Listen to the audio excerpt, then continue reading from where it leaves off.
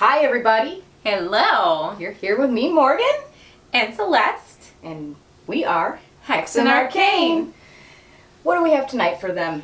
We have another wonderful show, and this is actually a 1935 film Called Murder by Television. Starring... You go first. Because I'm more excited to... Bela Lugosi. And Hattie McDaniel. Yes, and she has not given enough credit, so we're going to talk about that in a little bit as well. Yes. But I was going to say we love Bela Lugosi, so of course we're going to show another Bela Lugosi film. We also have some information for you on bugs and a Morgan throwback too. Yep, so yes, and you're going to like this Morgan throwback. And I have a joke for you, Morgan. Yeah. Can you spell Mississippi with one I? Mississippi. Ha! I learned that one in kindergarten. You did it. I did. I'm going to think of more. There's more. I finally got her. She did. Can't win them all. You win some, you lose some. Exactly. But without further ado, we'll put you into this 1935 wonderful Bela Lugosi film, Murder by Television. It's kind of a mystery, it's kind of a horror, it's kind of a what the? And it's Bela Lugosi. It is.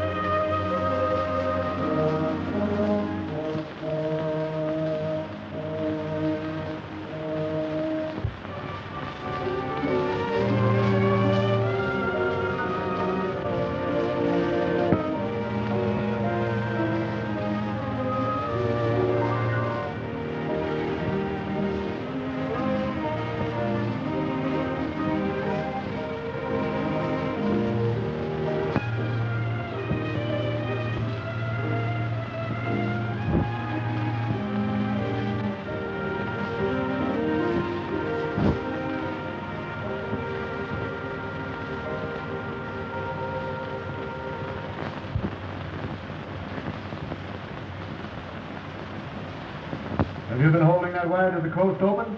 Yes, sir. San Francisco's ready. Go ahead. Hello, Frisco. Hammond talking. Yes, Mr. Hammond. This is Walt. Were you able to pick up Professor Howland's test? Yes, sir. The reception was marvelous. The images were much clearer than we've ever been able to televise. It came through on the micro Euroclave and was using about 289. All right, thanks. Goodbye. This should convince you we've got to fight to maintain our position with any weapons we can utilize. We're caught out on a limb, but we're going to fight for what we've got, and more. What are the chances of our engineers hitting upon the same idea? Remember, he hasn't even protected himself with patents. We knew that when we offered him $5 million for the rights to his discovery. This latest invention of Howland's is what we've all been afraid of. We're coming out on top, but we may have to prescribe a drastic cure for... Did you send for me? Yeah. Come right in, Grayson. Gentlemen, good afternoon. How do you do? Cigar? Thanks. You realize it's possible for a man of experience with brains and ambition to go far in this business? Well, I've got the ambition. We've got to be ready for any eventuality. One jump ahead of the other. We've picked you for a definite job. It's worth almost anything to this company that you make it worth. You can be valuable, a supremely valuable man. And valuable men receive their just rewards on earth. Not in... Certainly. From now on, you become a sort of employee at large. Understand? Yes, perfectly.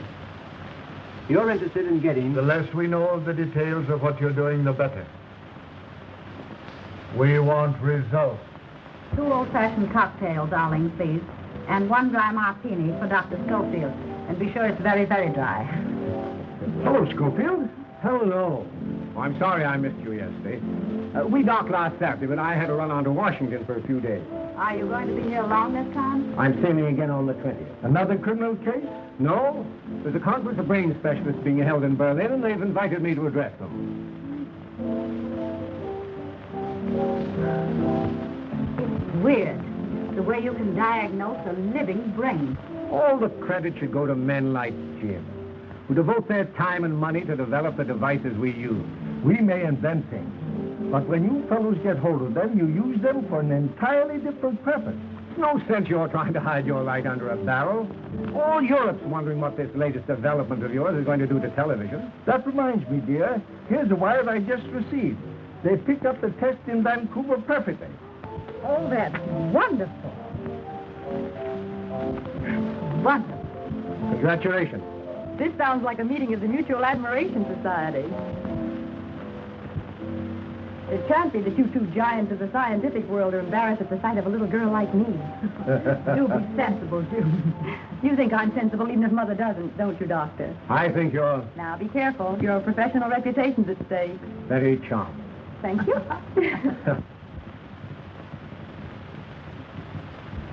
But Howland must realize that when he begins televising a regular schedule, he's liable to run into difficulties. In what way, sir? He may not be so fortunate in securing men like yourself when he increases his operating staff. I don't think there will be any difficulty. You'll admit there is always the possibility of an employee becoming disgruntled over some fancied injustice. Dissatisfaction always leads to temptation. There's always purchasers for valuable secrets. I see what you mean. However, I doubt you'll be able to convince Professor Howland. Think it over. Goodbye. Goodbye, Mr. Barrett. Hello. Oh, hello. Package. Really? It's Time Magazine. Oh, good. Here you are.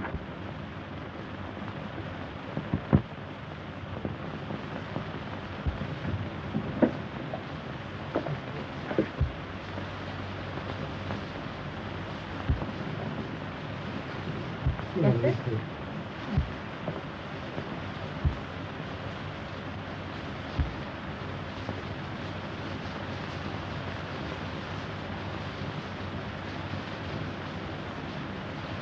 Mm-hmm.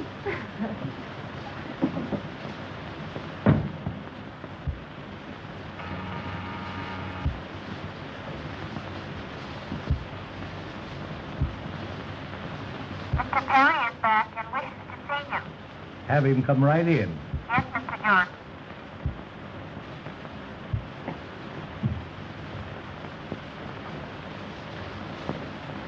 George. Well, well. This is indeed an unexpected pleasure. Now,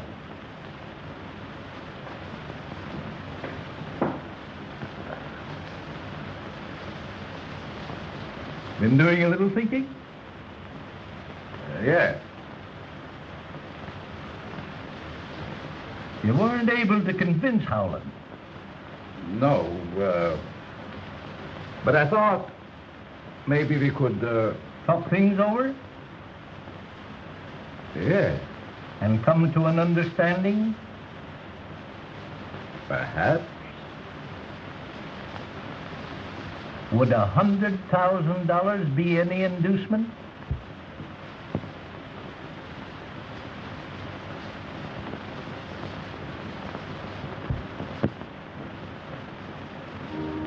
Howland has.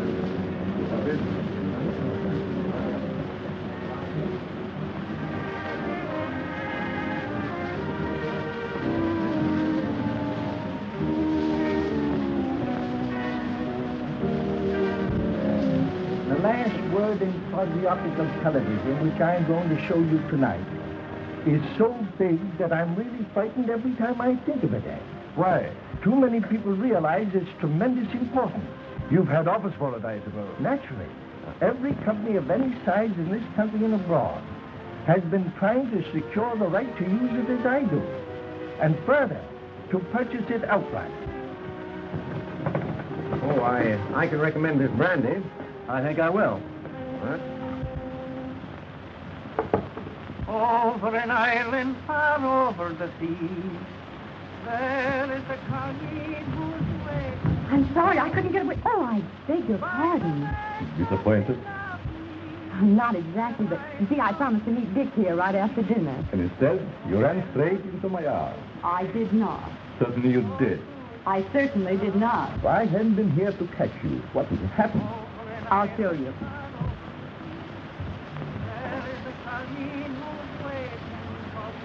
I would have been strolling sedately along, admiring the beautiful view and the wonderful moon. It is nice out here tonight, isn't it? Lovely. Over an island far over the sea, there is a colleague whose way... Here I am, Dick, over here. Oh. by the legs of the valley that I love. I came out for a breath of air, and June Now, almost... don't go telling tales out of school. Well, she did seem a little jumpy when she saw me. Are you nervous, dear? Not exactly. But I have kind of a funny feeling here. My heart doesn't want to stay where it belongs. It keeps going flippity-flop. I guess the excitement was too much for you. Well, we still have time for a short walk. Harry, will you join us? I'd like to, but there are still a few things I have to do before we go on the air. Some other time, perhaps.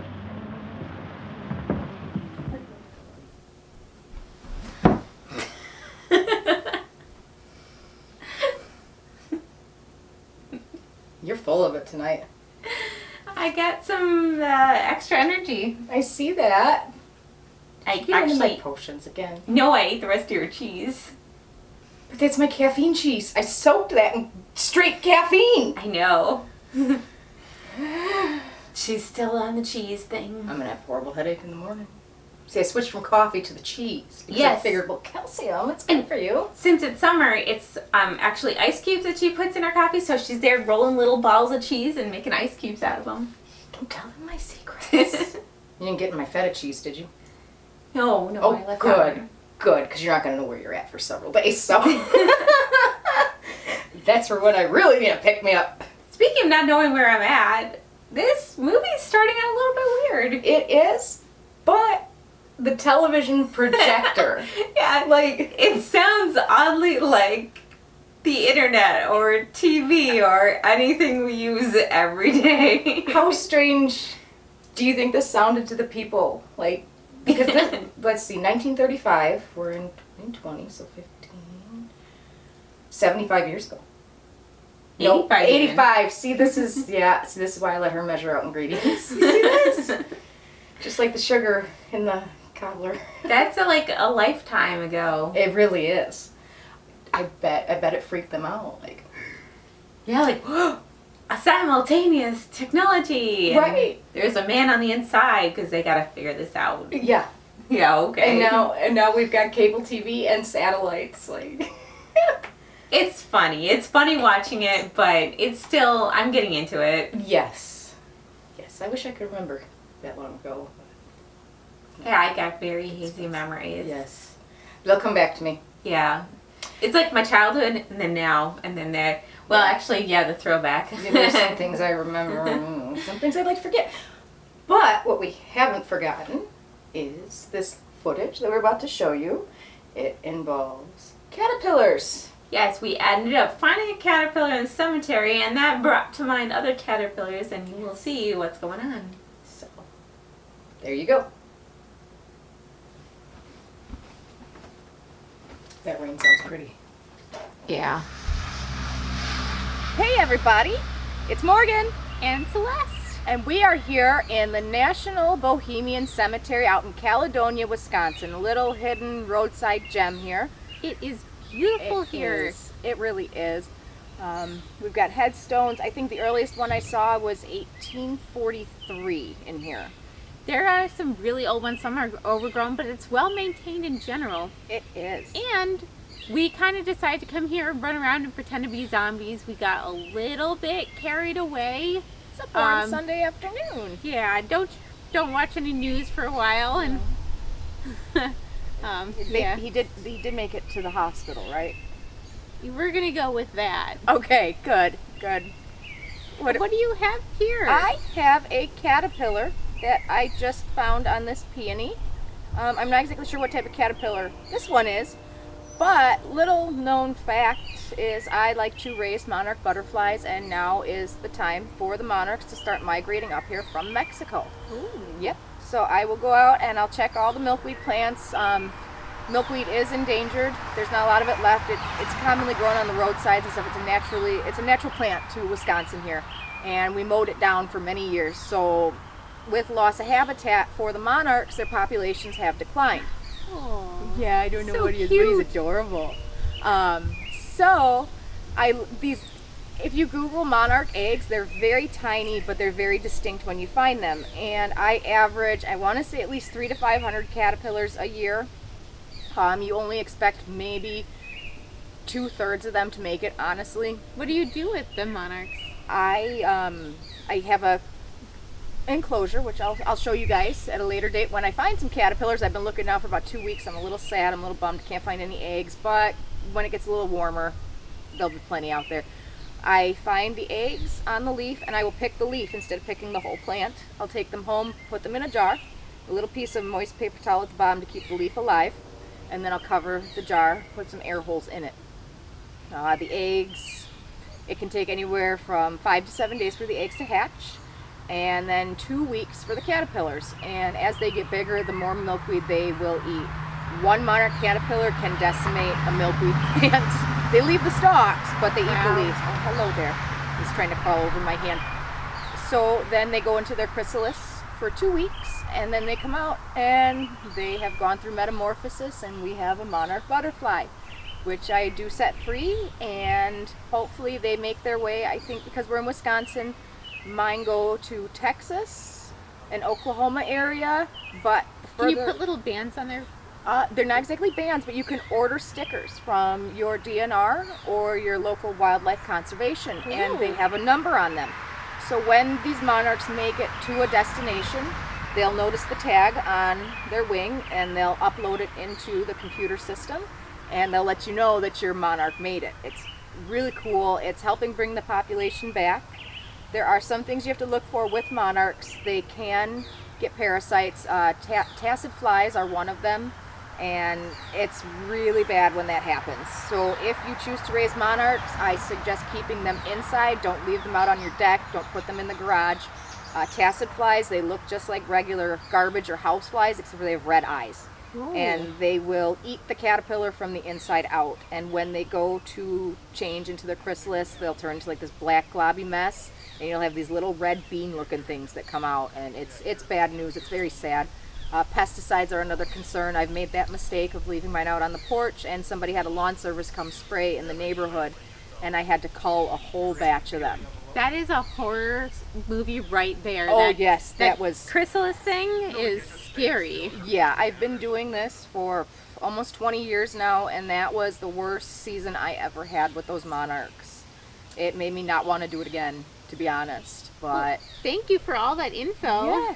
Yes, and I can't wait to show you guys when I get some. Let's show them this little caterpillar. Yes. I don't think he's a hornworm, but I could be wrong. I'll have to use my caterpillar identification chart when I get into the vehicle. Oh, he's so cute. He is. He or she. Could be a she. I shouldn't assume, but I love his little feet. He's got a lot of feet. I know, bud. I know. Okay, everybody.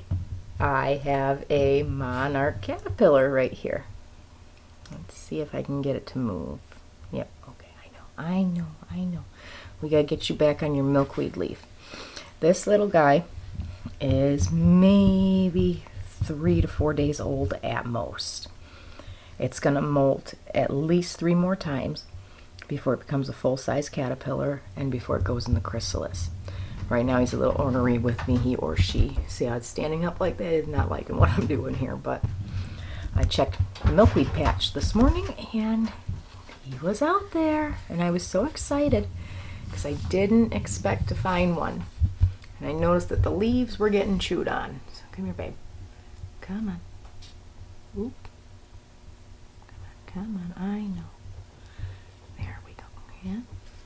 Keep going. There. So this is a monarch caterpillar. They are endangered. Like I said too, in the cemetery, they can get a parasite called tacid flies, and they'd have to be a little bit bigger before that fly would come and inject them with the larvae. But he will start tearing through this milkweed pretty quickly. Here, I got to replace it in the morning. It's getting a little dried out. As you can see, his head moving up and down when I talk like that. It's because those antennas, they're very sensitive. They have very good hearing. And as I think when you're small and somebody who's 100 times larger than you, it's probably booming on those little antennae. You can't really see his black stripes at this point. When he gets bigger, though, they will be more noticeable. They are black, yellow, and white striped. Their feet are black. Their antennae are black. And when he is fully ready to go into his chrysalis, he will be about this big. Their eggs are no bigger than the tip of this pen. That is how small a monarch egg is, and it's white. So when they're first born, they are very hard to see, but imagine from the tip of a pen to this in a matter of days. You can see how much they eat.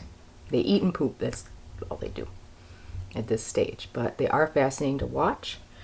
When he does get to his full-grown size, he will go up to the top of his enclosure that I have. He'll hook himself into a J, like this, and then he'll start spinning, and that's him shedding his skin, and he'll turn completely green. I have footage somewhere too of them going into chrysalis, and then I have footage of them emerging as well, which is pretty cool. I know you're getting aggravated. You probably won't go to bed, huh? I know. I'm so sorry. Okay, we'll put you back in your jar for right now. Right now I have them in a pickle jar because it's easier to find them. They are escape artists. They will wander for fresh milkweed if they see fit. So that's why when I first pulled him out, he was on the paper towel because he's not happy with what I've given him. Oh well, we'll get you fresh in the morning. Okay, dude? There you go, guys. Monarch caterpillars.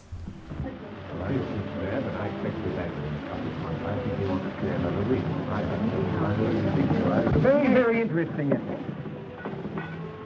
Sorry, Missy. Thumbs all fingers. It doesn't matter, Arling. It's all right. When wine is filled with accident, steps of disaster hasten. Stop that nonsense. Pick up that glass before someone is really injured. No matter what happens, Arling always has a proverb. Well, I'm not a bit superstitious, but it does give one a rather creepy feeling. Don't pay any attention to Arling. He has a mania for quoting Confucius and Charlie Chan. You know Charlie. Clever, these Chinese. Nowhere for me, by the light of Calvary, and I love so dear. Good evening. Good evening. Why, Mr. Grayson, I didn't recognize you. How are you, sir? Grayson, how are you? Fine, sir, fine. Can't you see, June, that the chance we've both been waiting for? Does your promotion depend entirely upon Father? Well, if your father would only... I think I'll have to go in. All right. I'll do it myself. Even you, as the chief of police, will have to admit that your methods are obsolete. That may be, Jim. But we seem to get along pretty well as it is with our radio teletype system. Suppose you had instant pictures at your command showing every move a criminal you are tracing makes. If you can do that, I can't understand why the government isn't interested. Government officials will be watching tonight, not only in Washington, but in widely separated points throughout the country. I'll admit it should be of great interest to them.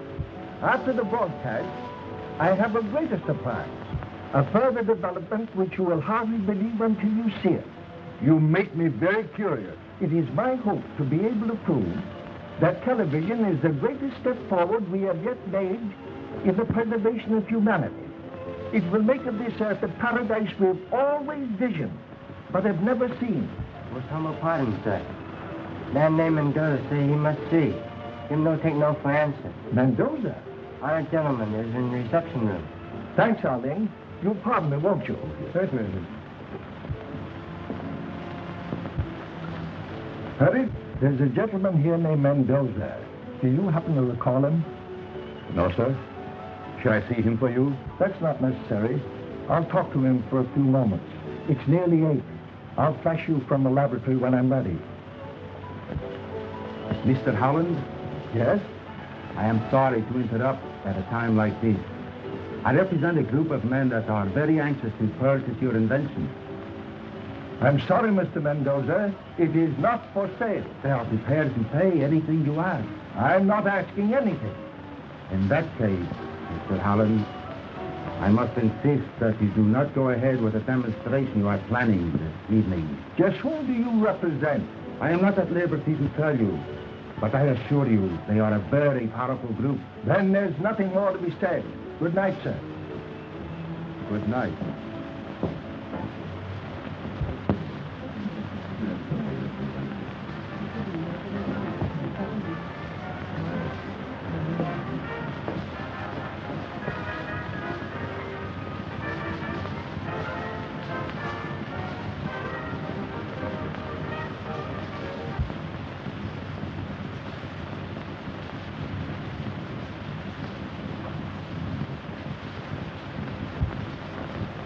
This is James Howland, owner of experimental station ZY3, located at White Plains, New York, televising on a sight channel of 3/4 meter. We are attempting to reach the entire United States direct without the use of relays. Our first presentation this evening will be I Had the Right Idea by Miss Florence, accompanied on the piano by my daughter, Miss June Howland.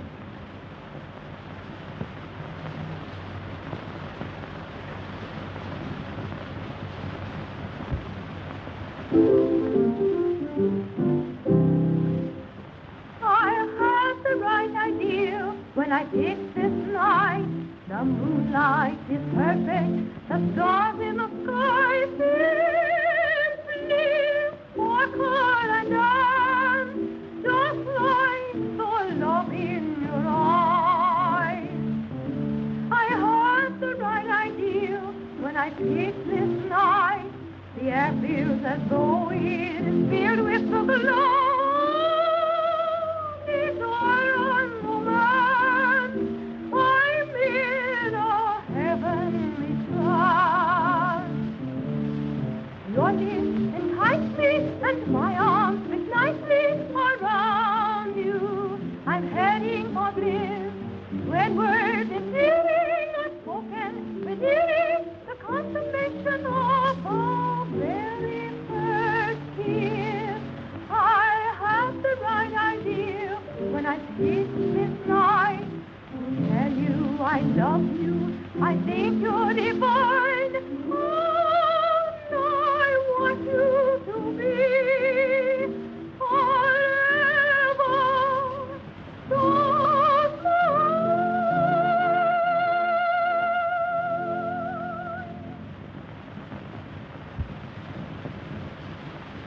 The few of us who are fortunate enough to have television sets have used them merely as a novelty. When we had nothing else to do, we tuned in on whatever program we were able to pick up. Due to the almost insurmountable obstacles encountered in the frequencies required and high-fidelity pictures, our transmissions were limited.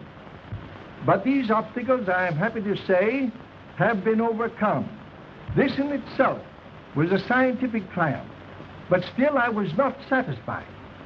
I felt that television should be something more than just another form of amusement. Therefore, I continued my experiments. I'm now going to show you the latest developments which deal with the transmission of television in the quasi-optical region. It is now 1:15 in Paris.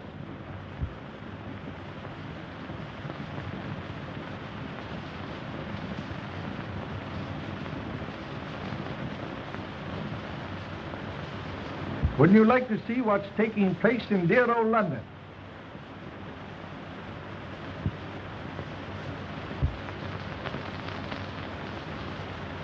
London still has its fog. The fog in London is a little too much for us. Let us try the other side of the world. There's a spot that's very fascinating.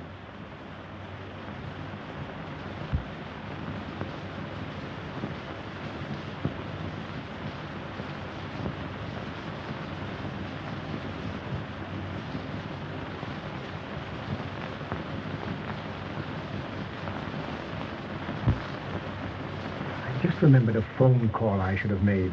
Do you mind? Certainly not.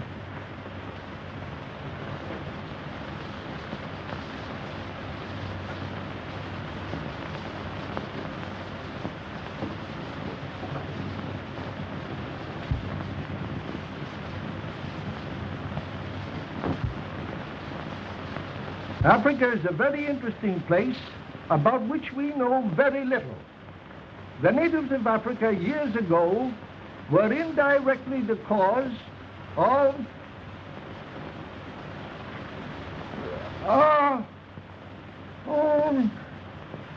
civil war. Turn on the lights, Perry.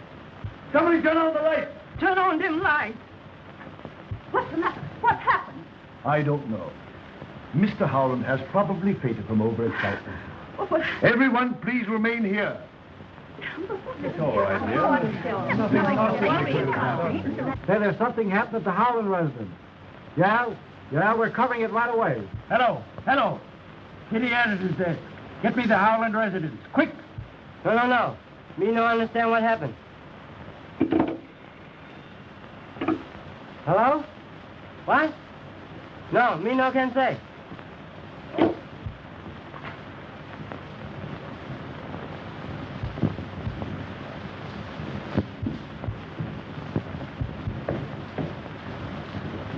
What's wrong? Mr. Howland is dead, sir. Dead?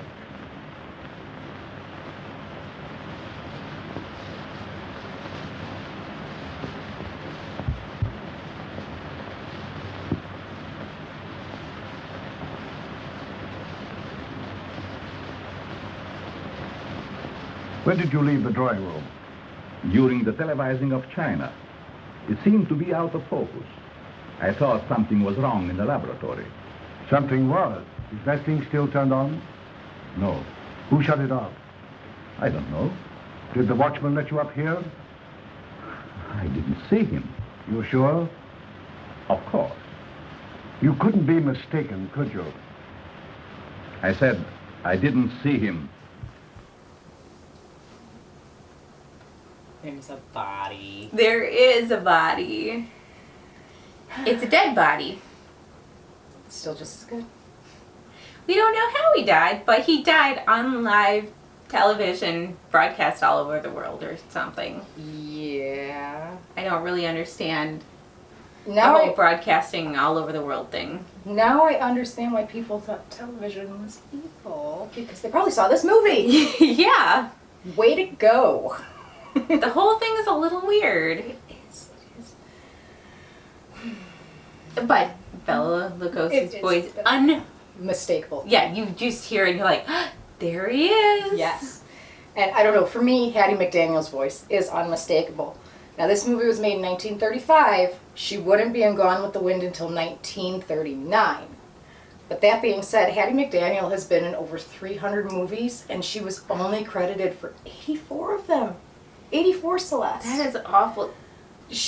Her pay was so low back in the day that she had to stay working part-time as a maid.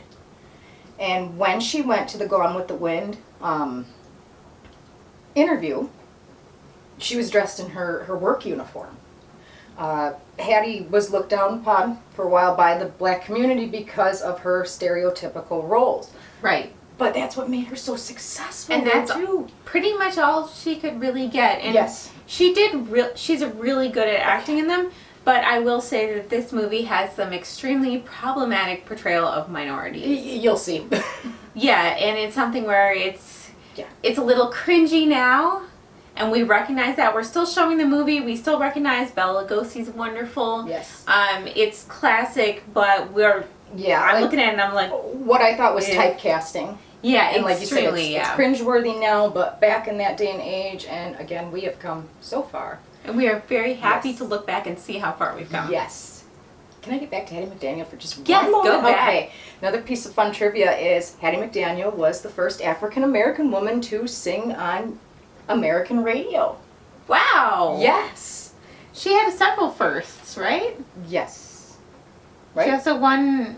she was the first African-American woman as well to win an Oscar for supporting actress in, again, Gone with the Wind. But here's the crock of it all. She couldn't even attend the premiere because they picked Atlanta. And Jim Crow laws. That is... Clark Gable did get her into the theater, though. That's awful. Yeah, he actually put up a protest against the studio, saying he would not attend, but Hattie wanted him to go. So he did. And she won her Oscar, and I don't know. I absolutely love her. And I've watched Gone with the Wind for forever, so her voice is very comforting to me. And wonderful actress. Doesn't get enough credit. She definitely does not. Speaking of dead bodies, though, now back to that subject. Yes, we actually have some footage we're going to put into from a wonderful place in Kenosha called Petrifying Springs, and you will see the little tour we went on there. Yes. Local cold case. Hey everybody, we are here at Petrifying Springs Park in Kenosha, Wisconsin. And we are here at the site of a grisly incident that happened in 1983. You want to tell them what happened here? Yes, this is currently an unsolved mystery of this local area. We're on a bike path as part of Petrifying Springs across the street from the golf course. And in 1983, there was actually a torso that was found in this location. It was found by a jogger in a garbage bag. Obviously, just the torso. No limbs, no head. No identifying marks were found. In fact, it went unsolved for quite some time. The only main fact that they had about the torso is that was unusual was that it had a concave chest. It was a male. They did think that because of the time period, 1983, they thought that this would have links to Jeffrey Dahmer. Yes, and it turns out that they did identify the body as Eric Hansen, and he was out of Milwaukee, so it made more sense to investigate Dahmer. 18 years old. But again, the leads didn't come back to Dahmer. The one lead that they did had was from a man named Larry Isle, and he was currently already on death row in Illinois for the strangulation and abuse of other young boys. He also couldn't give them any leads. He did confess to one killing of another young man, but that was it. So we are actually it's been a fascinating case, and if you ever have any information about this case, please do come forward because it currently is unsolved. And they think that this was not the location that this young man was actually killed at. He was just dumped here. And I don't think that the rest of him was ever found. No, they never found his head, they never found his limbs. But again, if you have any information or any leads, anything that you think might be of use, that would be wonderful because this family of this young man does deserve closure, as do the rest of the unsolved cases. Yes, so this is part of the history of Kenosha, this sort of dark history. One of the unsolved cases which always fascinate and scare me a little. Yep. And it is a beautiful location. This is, like I said, a bike path, and it's a nice park, but it has some haunted history that not everyone knows about. Pretty grisly. So, there you have it. Here's a little unsolved case for you. Well, a big unsolved case. So let's try and help get this young man to rest here, everybody.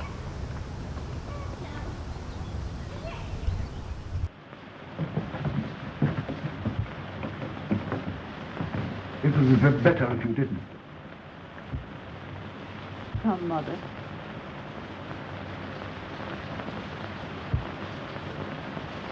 It looks to me like... Just a moment. See if you can find that watchman.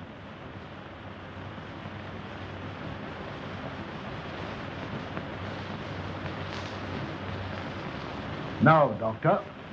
The last thing I want to do is thrust a murder on you, Nelson. But this certainly looks like it to me. You believe that the blow on the head caused his death? At the moment, I'd be inclined to say that it did. What's that you have there?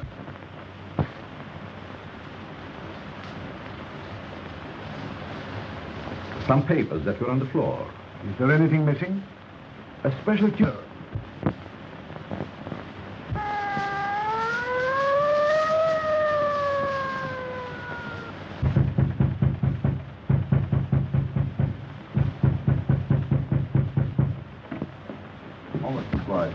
Hello, Chief. Hello, boys. Now, I want a man stationed at each door, and I don't want anybody to leave this house. Fraser, you get a couple of boys and go up to the laboratory. Tell the coroner to phone his report to me here. Yes, sir. All right, refusing to let any of us go. But how could we be implicated? Well, there's no use worrying about that. It's merely a matter of routine. I hope you're right. Is it proper to infer you come on business connected with homicide? Never mind about that. Tell me what you know about Mendoza. So sorry, but humble servant know nothing about honored gentlemen. You sure of that? Regret. Humbly suggest you squander valuable time. Say, tell me, just how long have you been interested in television? Since student days in China, have honored to be one of 12 students sent all over the world to learn from masters. Did Howland know that? Such matters are not yet presented. Wonderful. Too bad it was out of focus at the spots, isn't it? You must be mistaken. The detail was perfect. You're certain? As a matter of fact, I've never seen anything quite so clear. It was a revelation to me. Did you, by any chance, notice anything just after Howland fell?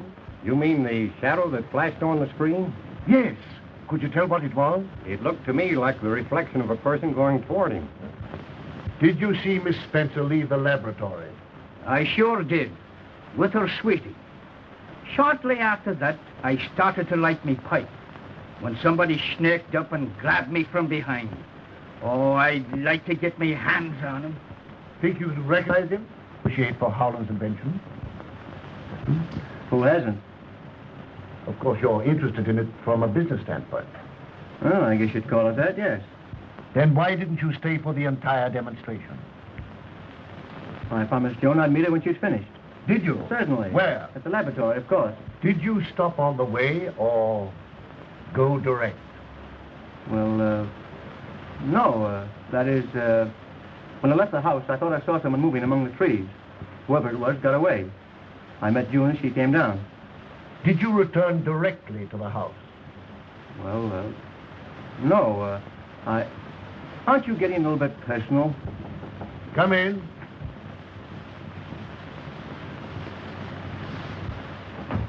Did you all want to see me, Mr. Chief? Yes. All right, Grayson, I'll want to talk to you a little later. There's nothing to be nervous about, Isabella. That's what you think, sir. But you ain't been listening to Chinese death and disassemble since Mr. Howland died. All this excitement ain't too much for my heart. That's what I want to talk to you about. My heart? No. I didn't have nothing to do with it, honest, I didn't. I'm sure you didn't. But did you see anybody come through the kitchen earlier tonight? I didn't see a soul. Were you there all the time? No, sir, I wasn't. Where were you? I was peeping in at the pictures. Well, if anybody went through the kitchen, you'd have seen them, wouldn't you? No, sir, I wouldn't. Why not? I wasn't there all the time. If you weren't in the kitchen and you weren't in the drawing room, for goodness sake, where were you? I was... Where were you? Oh, Mr. Chief, please.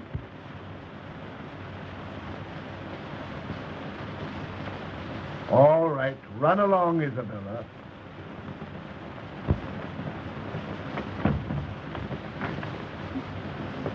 Is my face red?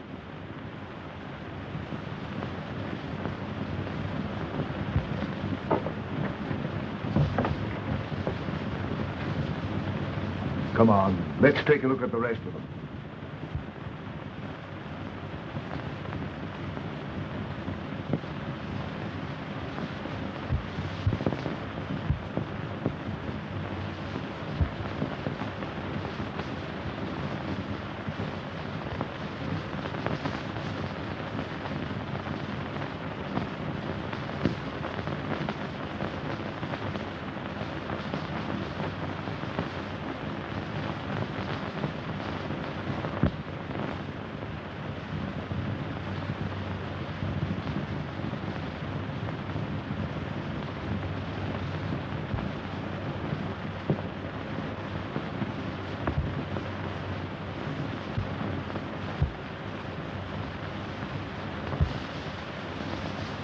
Seem to be the center of attraction.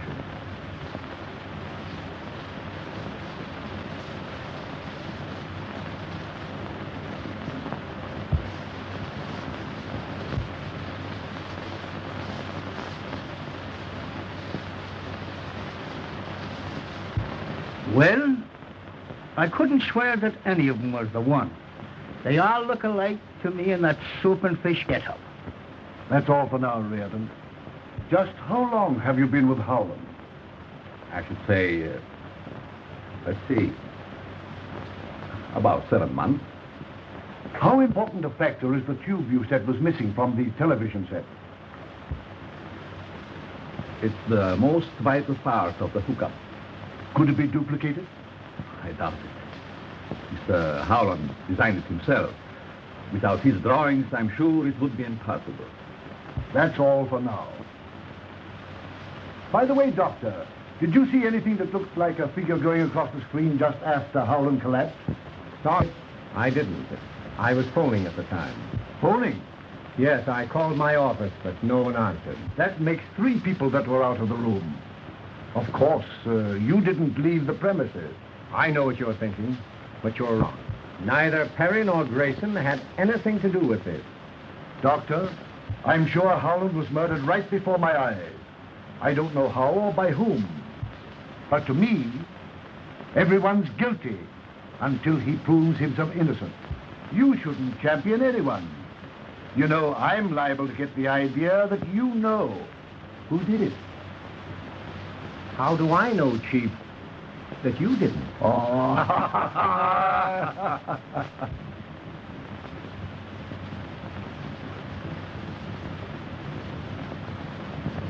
Oh, Lordy.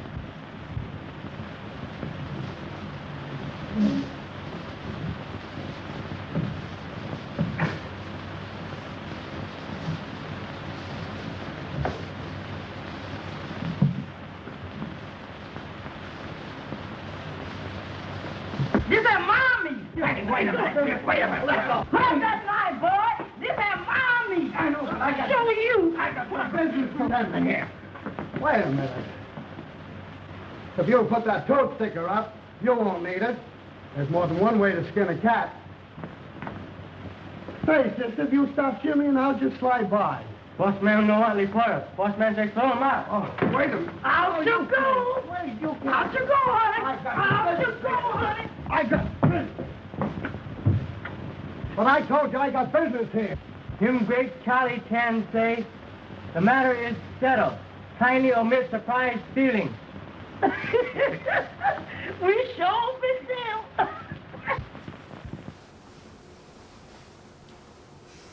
I don't know what she's doing now. I don't. No. I don't know what, like, Mommy Shark. No, that's Daddy Shark, right? Baby Shark, do. Mama Shark. Okay. Daddy Shark or something. Daddy Shark, and then Grandpa Shark. Grandma. And then Grandma. Yeah. Yeah. And then, does it swim away? Yes. We're gonna have to attend more children's birthday parties. Yeah, oh, definitely. Yep. Has nothing to do with this movie, by the way. Absolutely nothing. I just wanted to get my groove on, like. Groove thing, yeah, yeah. terrible dance moves with Morgan and Celeste. Yes! We should do instructional Stay videos tuned, there's for more, them. yeah. Yes. Instructional videos on how to fail at dance moves. Yes! And all we gotta do is be ourselves. This movie is got some interesting points. So they're being questioned repeatedly by the police, and they said something interesting. They said like they're presuming everyone's guilty until they prove themselves innocent. So they're saying everybody here is a suspect. Yeah. You know we have a saying now that you're innocent until proven guilty. But no, it's the other way around. You are guilty until proven innocent. So everybody's sort of on trial here. They're assuming that anybody could be the killer because he died from a blow to the head. There's a tube missing from the TV, but nobody knows what's going on. And then, no, I can't say he got punted. He got pushed out the window. Yes. But what a scary way to go. Was it Bella? Do you think it was Bella? Or was it? Was it? Was it not? Was it? I don't know. It could be. Could be anybody. Could be. Could be somebody we haven't even seen. Speaking of someone we haven't seen, yes, we have an interview that we did with our friend Addison. Yes. Who has a wonderful show of his own that he is talking to us about. So we have 2 parts to this interview, and we are going to put you into part 1 and then straight back into this movie. Hi, everybody. Hello, and we are here with a very special guest. Addison Binnick. Hi. How's it going? It's going. It's going. How are you this lovely evening? I am good. Thank you for having me today. Thank you for being here. So what do you do? Why are you here? Well, I do a moving riffing show like Mystery Science Theater called Tromasterpiece Theater. And the difference between like my show and Mystery Science Theater is that we show uncut and uncensored trauma films. It's the same process or same sort of idea where it's, you know, puppets in a movie theater riffing on cheesy B films. I play a movie theater usher, and my sidekick characters are named Corny and Reilly, and it's a talking box of popcorn and a talking film reel. And for our first episode, we riffed on Lloyd Kaufman's first movie, The Battle of Love's Return, which no one's ever heard that movie. But that was kind of the stipulation of doing the first episode with him, was that he gave us a movie for free that we didn't have to pay licensing for, because he's the first to admit that it's just not a very good film. He made it when he was 25 in 1971, and it's a really just bad sort of attempt at maybe like a Woody Allen type film with like some Buster Keaton style slapstick in there, but it's really bad. And it's never officially been released widely on DVD before, like a standalone. He even told me that VHS copies had been made, and I found one on eBay, and I tried to get him to sign it before, but he was like, it was still sealed. And he was like, don't open that. Only like 50 copies were ever made. So it's a very rare film, but there's a reason for it, because it's not very good. The only reason I found it was because it was included as a bonus feature on another Troma film. So you had to like dig for it as like an Easter egg, if you hit like an arrow up button onto like the side of the screen, and it's something like, mysterious got highlighted, and you click enter, that played the movie. So it's never been actually released. So my DVD release of The Battle of Love's Return with our riffing is kind of the only way to really see the film on a DVD format, unless you do like the Easter egg thing on a separate Troma movie. But cool. He liked that episode enough that he let us do Poultrygeist as our second episode. I love Poultrygeist. I did too, and that presented a whole new challenge, because with episode 1, I mean, that movie was so bad, and it's like a bad comedy with none of the exploitation elements that come with a Troma film. You normally expect gratuitous sex and violence, but this was, again, he was 25, and it was like a bad Woody Allen, like Finding himself movie. It was just a stupid movie that he made when he was young, and like attempted to make it as a comedy with none of the gore or violence or sex that you associate trauma with. Yes, very disappointing, very disappointing.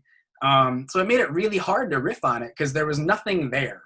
It's bland, it's bland and boring for very long stretches of time. And so we had to watch the movie over and over and over and over and pack in as many jokes as possible.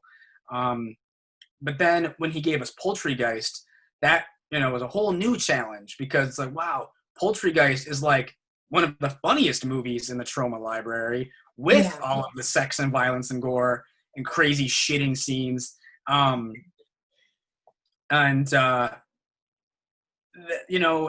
this presents a whole new challenge of how do we riff on that crazy stuff that's funny. But like over the top already. So how do you make it more of that? Yeah. How do you riff on stuff that's already humorous? And we tried, and people tell us that we did a good job. I've sold DVDs. I ran a Kickstarter for that last year, and all the Kickstarter backers got DVDs, and it's on YouTube as well. It's on Trauma Now as well, and the reaction so far has been pretty positive. Yeah, I saw that your stuff was on Trauma Now. Yeah, both episodes of Traumasterpiece are on Trauma Now, and even before Traumasterpiece Theater, I did a show called Movies to Watch on a Rainy Afternoon, and that's just myself, no puppet characters, and it's just B-movie riff views. It's like 15-20 minutes. I cut together sort of like the best of the worst clips from cheesy horror films, and I made about 120 of those. Those are all on YouTube for free. There's some trauma stuff in there. There's just some other random stuff. Some filmmakers they sent me their movies in the mail for free just to get it on the show. So that was really cool. Yeah, that's cool. I don't make any money off of YouTube or anything like that. Like, I'm not monetized for any of those videos. So I don't make any money off of those filmmakers. They just sent their movie to me, would write some riffs for some certain scenes, cut the clips together, and, there's an episode. There's a review of this random film, and, they got a little bit more exposure. They got some DVD sales out of it. And that came as a big surprise to me because, when you're just riffing on movies and stuff, and like it's unheard of stuff, that those original filmmakers probably wouldn't go scrolling on YouTube and find my review. But these filmmakers, newer filmmakers, they're sending you their movie to get sort of made fun of. That was crazy to me. Like, that blew my mind because it's like, you do know what my show is, right? Like, you do know that I'm gonna like riff on this and like kind of make fun of it. Oh yeah, whatever, we don't care. So that was kind of cool. But then eventually that led to Trauma because I did an episode of the movie Rabid Grannies. Like, if you're familiar with that film, the Trauma account on Twitter saw that episode of Movies to Watch on a Rainy Afternoon and retweeted it. And so I messaged them like, hey, what's up? Thanks for retweeting my video. And like Trauma Now was sort of like just starting. And I was like, is there a way that I can kind of maybe like do these exclusively for Trauma using Trauma films and getting it on Trauma Now? And they sent me Lloyd's email, ask him. So I did, but then I wanted to double down because I was like, well, if I want to make like a movie riffing show for Trauma, if he says yes for like Movies to Watch on a Rainy Afternoon, and those episodes are only like 15-20 minutes, why don't I just make like a big show like Mystery Science Theater, and I'll call it Traumasterpiece, and I'll see if he, bites. And he did say yes, and he sent me Battle Love's Return, and so we spent like a year working on that thing, and we released that in 2017, and then he immediately greenlit episode 2 and was like, you can use Poultrygeist next. So then we spent like 2 years working on that one. Wow, that is a long time. Well, Where's Mr. Nelson? Why, I don't know. Would you mind trying to find him? Father's safe has been burglarized. You'd better notify him yourself.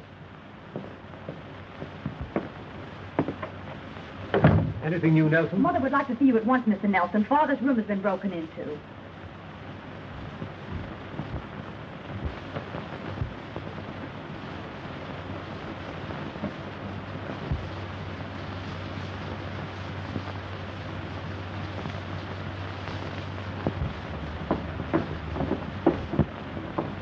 Everything's just as I found it.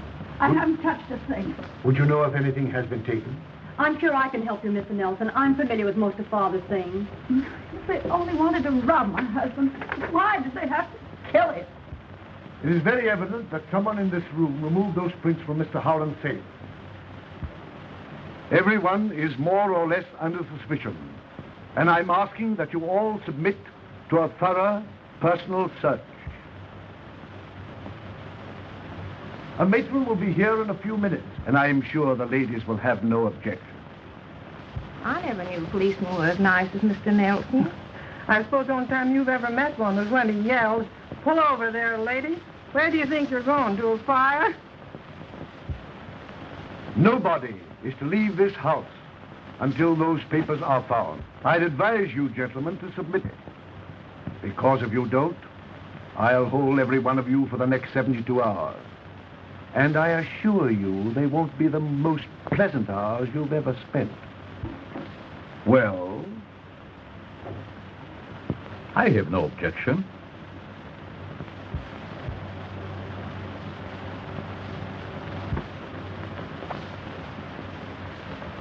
The more I think of it, the more positive I am that this thing rests between two persons. Perry and Grayson?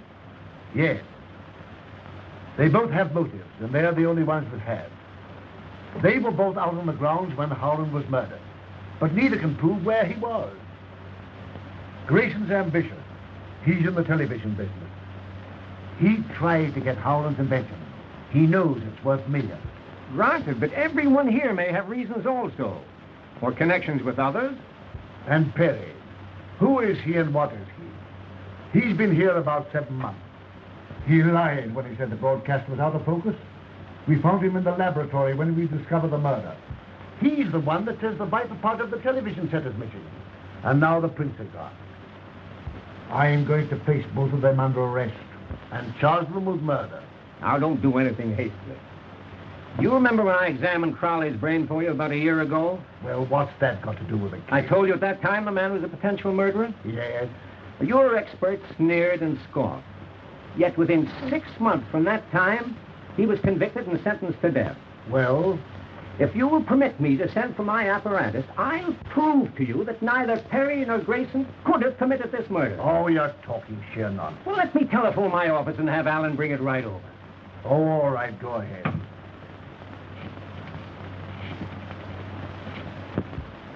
You'll notice the nerve centers are invested by 3 membranes, which lie between them and the bones that form the walls of the cranial cavity and spinal cord. Yes? If part of the skull were resting on the medulla oblongata, it would materially diminish the faculties of perception. Does that indicate a criminal tendency? Undoubtedly.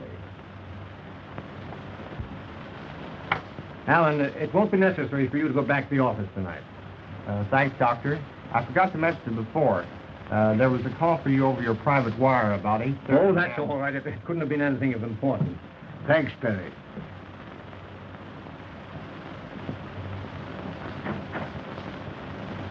Have I convinced you, Nelson? Well, I don't know. Perhaps you have. Then you agree with me that neither of these men are guilty. In a way, yet yes, I'll agree with you. The only difference in their brain development is the size, and scientifically, that has no significance.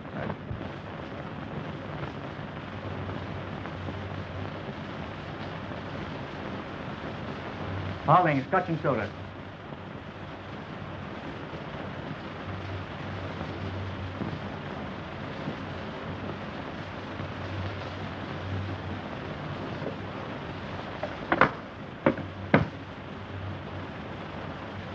Glad I happened across you. The inspector wants to see you. He's upstairs.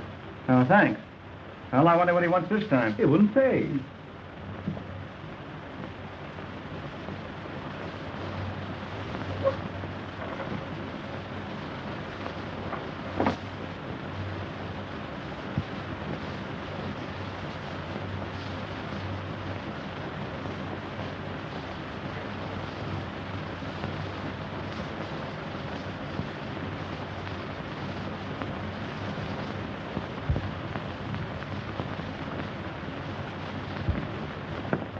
Inspector, you sent for me? Huh? No. Well, he... Funny. We're getting a little close in here. Yes, it is rather warm. Where are you going? Out for a little air. Sorry. My name is Perry, and Chief's orders, nobody leaves this house. Names don't mean anything.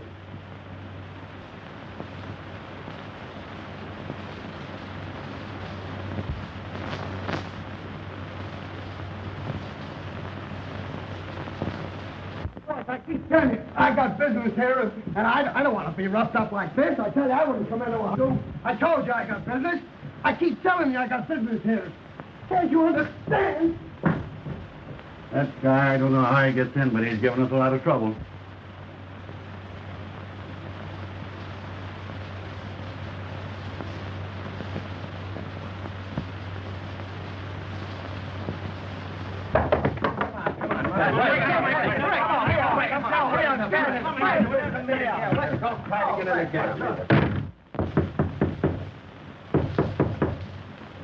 You mugs don't quit rapping on here. I'm going to chase you all out of here. What do you want?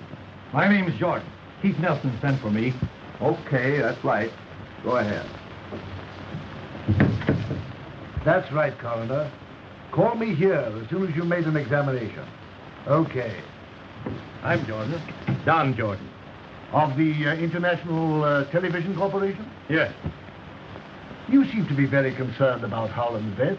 I was watching his broadcast. When he collapsed, I telephoned here but couldn't get any information. So I telephoned headquarters. Well? I want to know if he died from natural causes or if he was... Murdered? Yes. And if he was? I think I know who did it.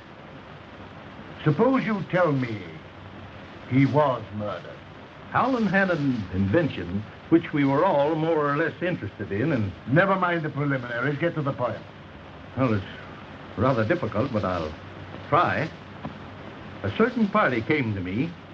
Who was it? A man by the name of... Who? Perry. Go ahead. What else?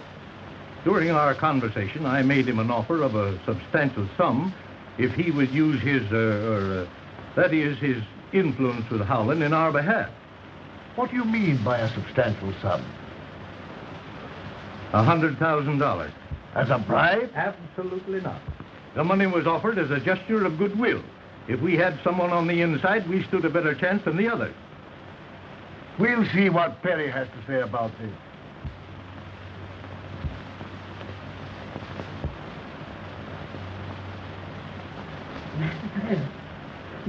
Oh, Lordy, Lordy. Oh, Lordy. What's this all about? Master Bear.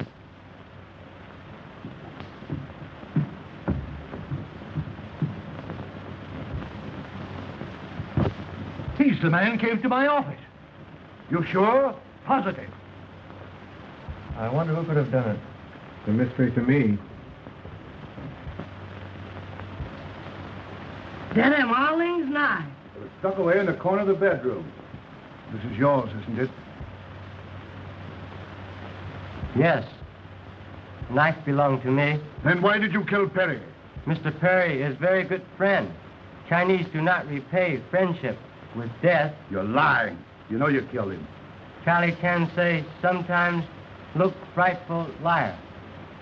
Take him to his room and see that he doesn't leave there. Nice to say, he who takes what gods may send has learned life's most important lesson.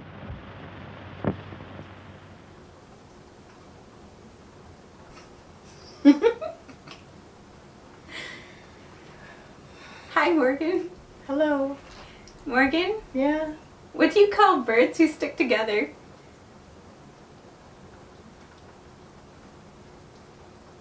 I don't know.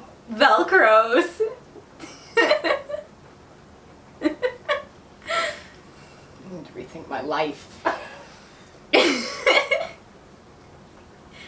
No? No? You know, one of these days, you want me to get you for Christmas? My eardrums, so I can't hear you anymore. I'll write them out, don't worry. I am putting my post notes all around the house, and I'm gonna have to take my eyeballs out too, and here you go. me. Help me. So there's more murder. There is more murder. More murder. Do you know what you call a flock of crows? Murder? Yes, yes. It's not a joke, but it's about birds. See, it all comes full circle. Do you know what a group of owls is called? A who? A congress. That's awesome. Yes. They are wise, though. I wonder if that is where we got our name for Congress, even. I don't know. Interesting. Because you see that bad joking around all the time, I'm too. just going to sidestep this whole issue. Yeah, I'm too. You know what? Yeah, we're not. That's my metaphorical soapbox for another time. If anybody would like to get me a real soapbox, I'll preach some stuff to you. I'll be happy about it. We make soap. We have soap We boxes. do make soap. Yeah, but they're Speaking cardboard. Of soap, and washing your face, it looks kind of... Yeah, I've been washing my That's your face. makeup. Never mind. Sorry. You are rude. I tried out this new highlighter today. I see that. Do you know I have an electric shaver? Really? I do. Taped to a golf club. Extendo reach. Speaking of extendo reach, we have the rest of our Zoom interview. We do. We should probably put you into that. Yeah, so we'll put you back into our talk with Addison and then right back into this movie.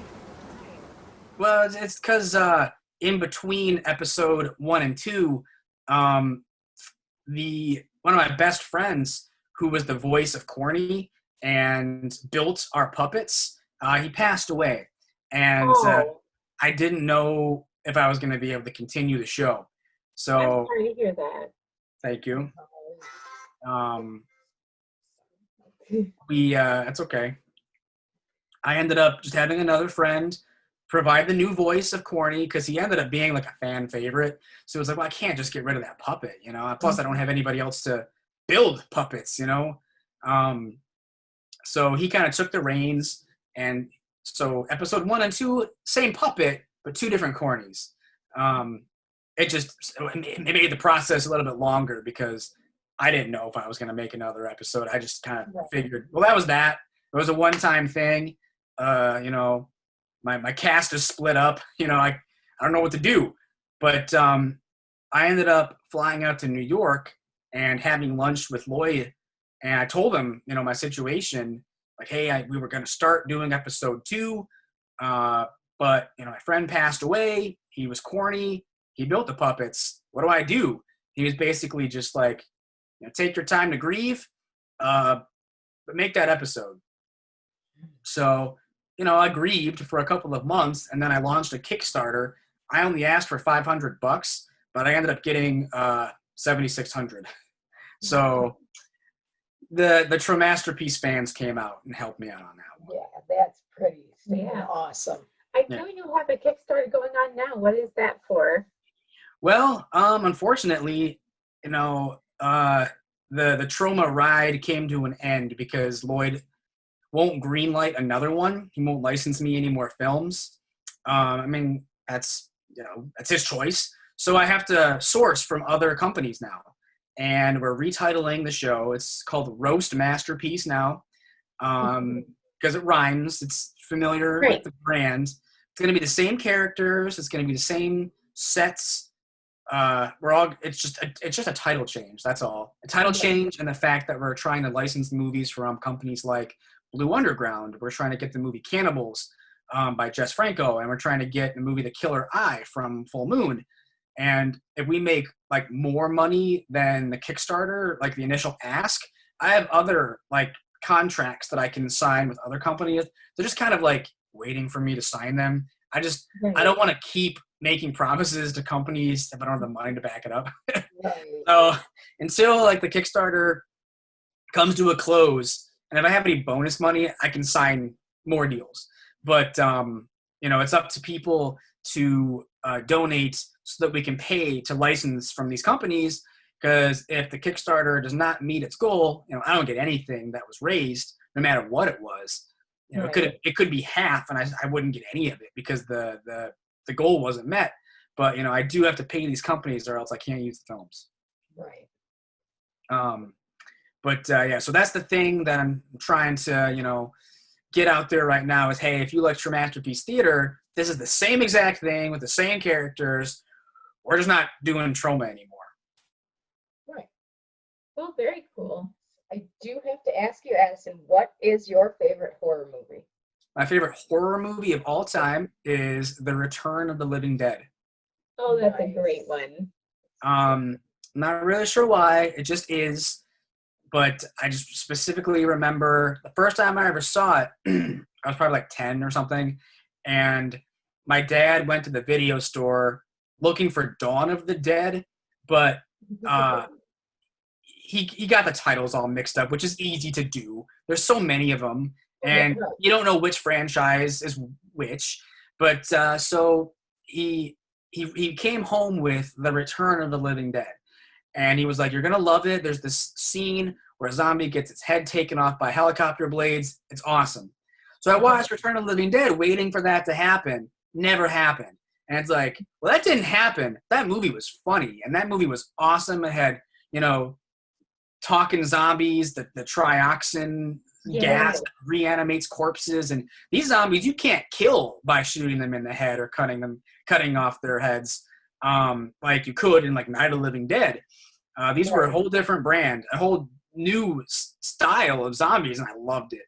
I loved the soundtrack, and so like I had my dad call up like a local record shop looking for like the soundtrack on cassette tape, because this like even predated like CDs. Like if you wanted like home music, it was like get the cassette tape. So that was I loved the movie. But then I told him like, okay, there's no helicopter scene in this film, and so he was like.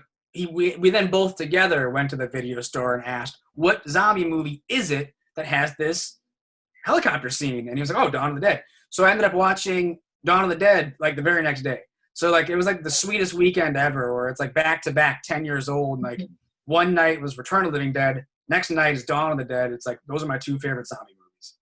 Awesome. That is great. Good. Well, thank you so much for joining us today and chatting with us about your projects. We can't wait to see what you keep doing in the future. Thank you very much.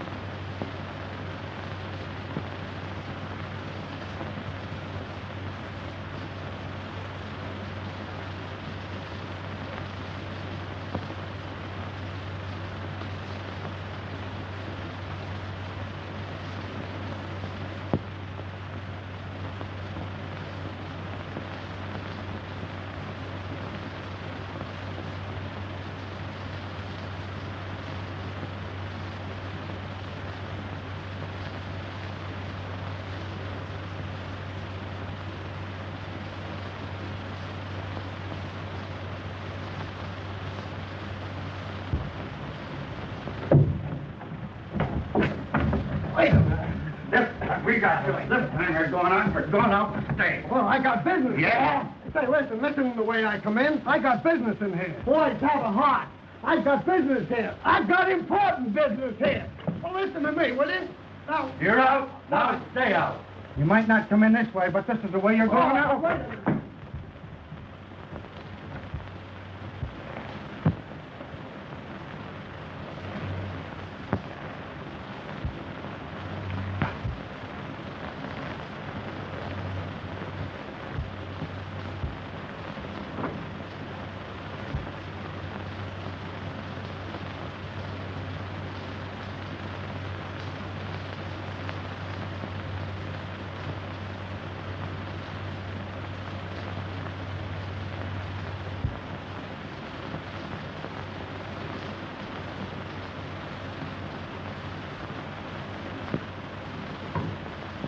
No, thank you.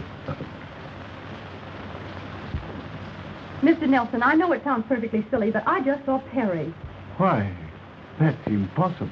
Now, dear, you're naturally upset and nervous. That doesn't alter the fact that I saw him. Don't you think you'd better take something to quiet your nerves? June, where did you see him? In the upper hallway. Oh, Lordy, Lord, I done seen a ghost. Oh, I done seen a ghost. I know I seen a ghost. Oh, Lordy, Lordy, I know I seen a ghost. I know I saw a ghost. Oh, Lordy, damn that ghost again. Did that ever come alive? Mister, don't let him touch me. Be sensible, Isabella. He's not a ghost. What does this mean, Perry? I'm sorry, Chief, that I wasn't able to take you into my confidence before.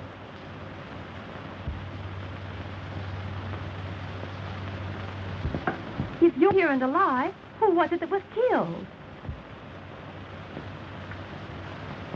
My brother. A twin. I hadn't seen for years until...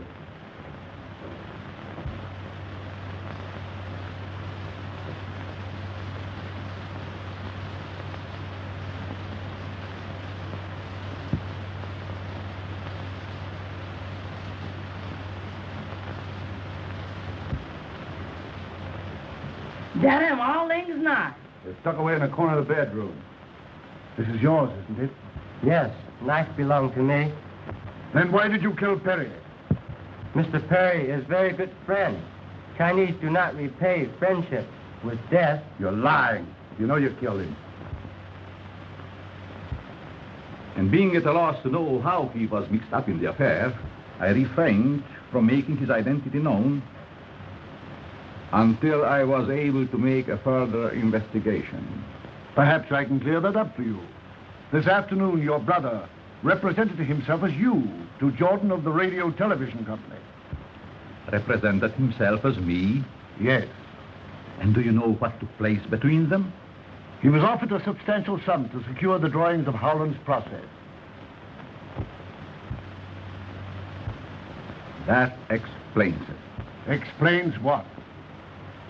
Posing as me, it was very simple for him to gain admittance here and have access to every part of the house. And he must have stolen the print. Yes. Tim Perry, take envelope from cigarette box on table. When was that?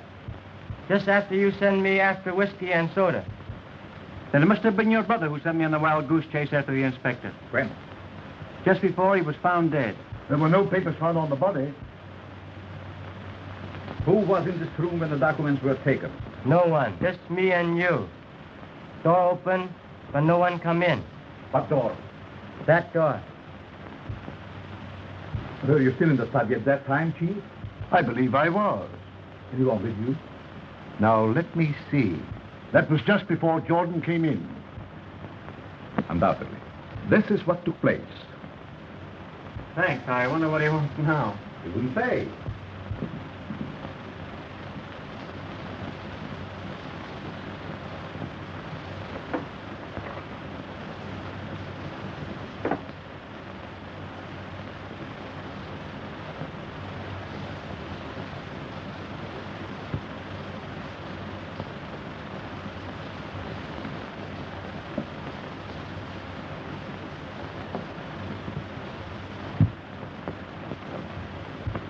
Isn't that correct, Doctor? Yes. I did see you, or rather, as you say, your brother take the papers. Earlier tonight, in view of thousands, Mr. Howland was killed by his own invention. His killing was not accidental. It was a deliberately conceived, cold-blooded execution, cleverly maneuvered so as to give the murderer a perfect alibi. Little did Professor Howland realize the surprise he promised you would aid in discovering his murderer. Tonight, a permanent record of everything televised was made on film. Now you're going to see part of that record. Many of you, no doubt, have seen or heard the radio demonstration of starting an automobile motor by voice vibrations. This is not a difficult thing to do. In this instance, the murderer used sound instead of voice. At exactly 8:29, Dr. Schofield made a telephone call from this house to his office.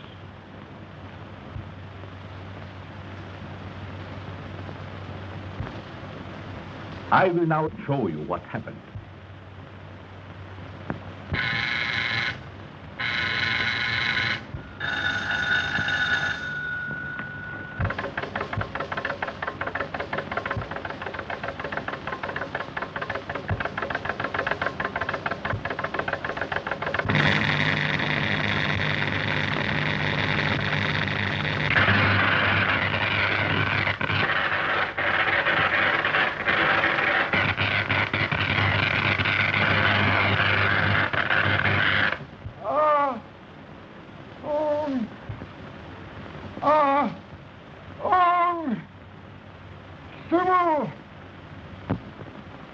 The light that you just saw envelop Professor Howland caused his death.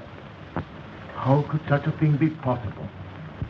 Dr. Schofield's equipment, which you have just seen, radiated waves direct to Professor Howland's laboratory.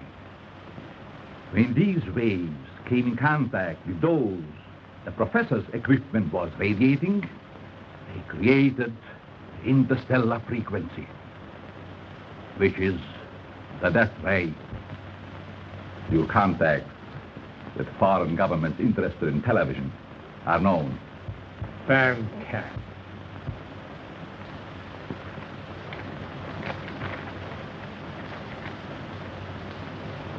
Do you recognize this?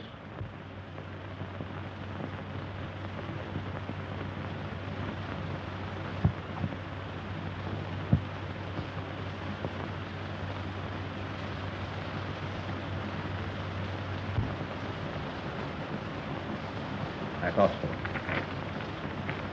May I have that envelope, Doctor? I'm sorry I can't accommodate you.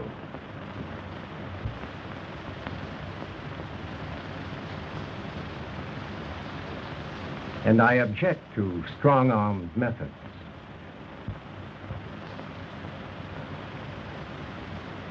Perhaps you would like to have a look at this.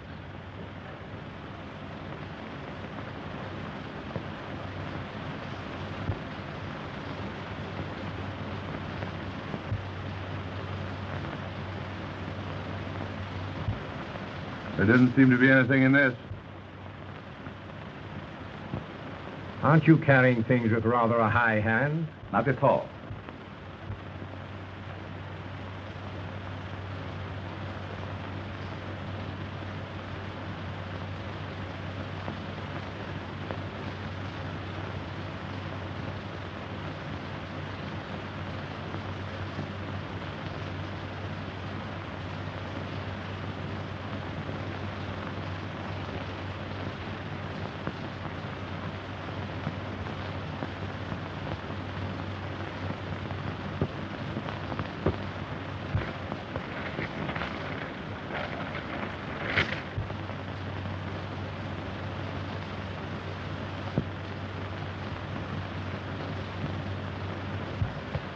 You nearly succeeded in accomplishing the impossible, a perfect murder. But in your eagerness to prove that neither Grayson nor I could have killed Mr. Howland, you telephoned your office, forgetting that just previously you had said there was no one there. Perhaps it was another number that I called and didn't care to mention it. Trying to be evasive, Doctor, won't help.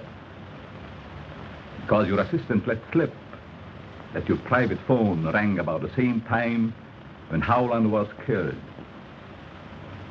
That led me to investigate. When you saw the very thing in another's possession for which you had committed murder, you took a dagger from Arlene's room and followed my brother. You killed him, believing the suspicion the knife would cast on the houseboy would let you get away without any difficulty.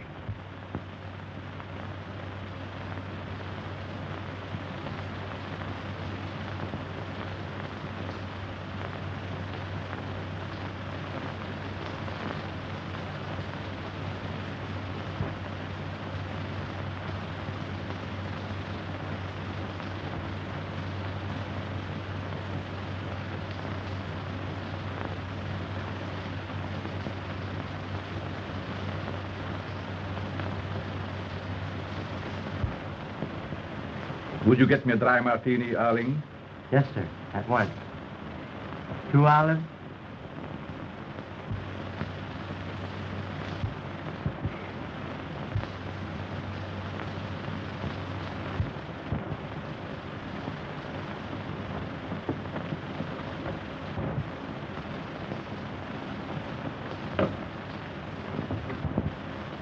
As Arling would say, even though the eyes may see, the mind will not believe.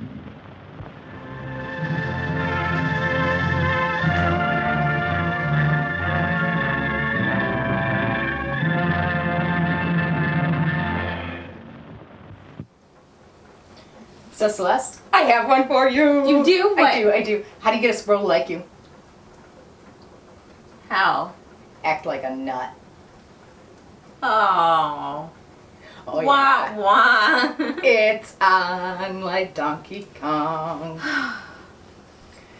Speaking of on. Yes. Your makeup is messed up. Can I please fix it for you for the ending? Okay. Well, like, what? Yeah. Yeah. Yeah. No, that's fine. Cool. Okay. It's been so long since you've done my makeup. I'm actually kind of excited. Yeah, about it. it's bugging me. Okay. Yeah. Nope. That's fine.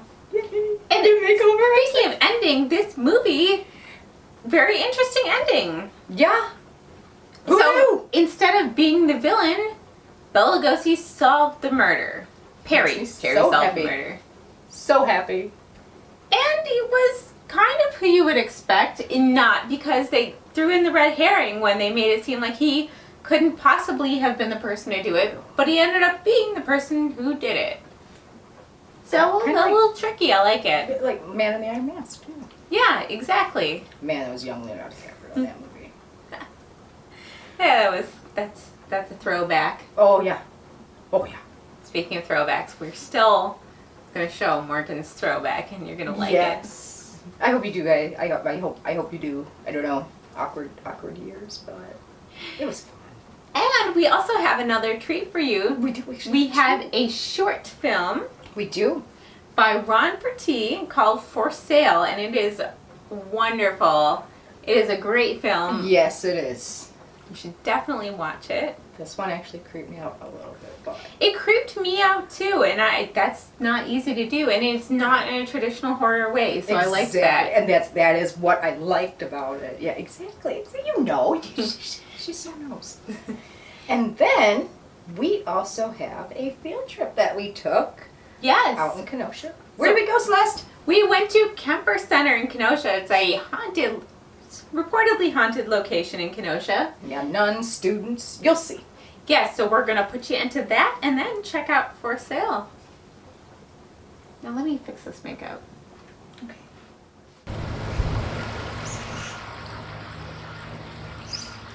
Hi everybody! We are here at a beautiful location, a historic location. Morgan, where are we? We are at Kemper Center in Kenosha, Wisconsin.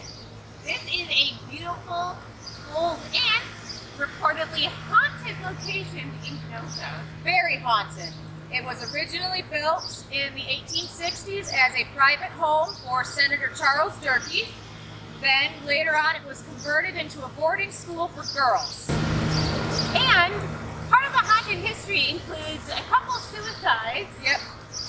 Apparently there was a nun who threw herself into the water of Lake Michigan, which we will check out in a minute. Another nun threw herself down the observatory stairs, and then a student had jumped off the roof as well. And other things involving the hauntings include footsteps inside, shadow figures, people in the window. Yeah, people in the windows, feelings of being watched. So I feel watched right now. You do? You do? I'm feeling watched. Yeah, I feel a lot of eyes on me, and yeah. It's a little bit creepy. It's also beautiful, and we're going to explore the grounds a little more. We're going to take a look at the water, and there is a beautiful carriage house that we have to look at. Yes, this is a Gothic mansion, and I can't wait to show you some of the architecture on here too. It was added on when it became the school to include more wings and a gymnasium and all that jazz that comes with a boarding school. We'll talk to you soon.